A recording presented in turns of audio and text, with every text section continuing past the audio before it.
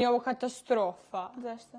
Dobra riba s lošim navikama. Danas sa nama radite još jedan Twin Edition. Koliko zapravo znamo jedna drugu? Pa to će biti lako, barem tebe znam dobro. Ne znam baš. Idemo vidjet. Moja najdraža boja je roza, a Lukina je siva.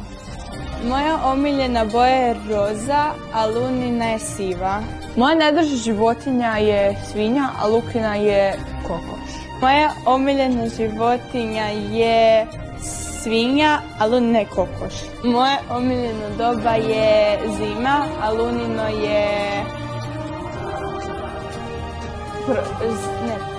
proljeće. Moje najdraže godišnje doba je zima, a Lukino je proljeće. Najljepši grad u kojem sam bila i koji sam posjetila su mi bili...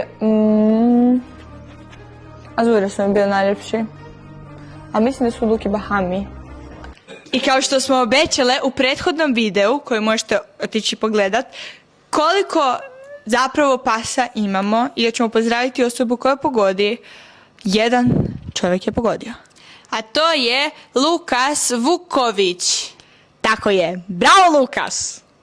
Pogodio si da imamo 18 pasa. I da, stvarno ih imamo.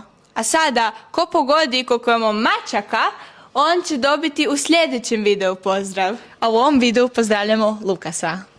Ćao!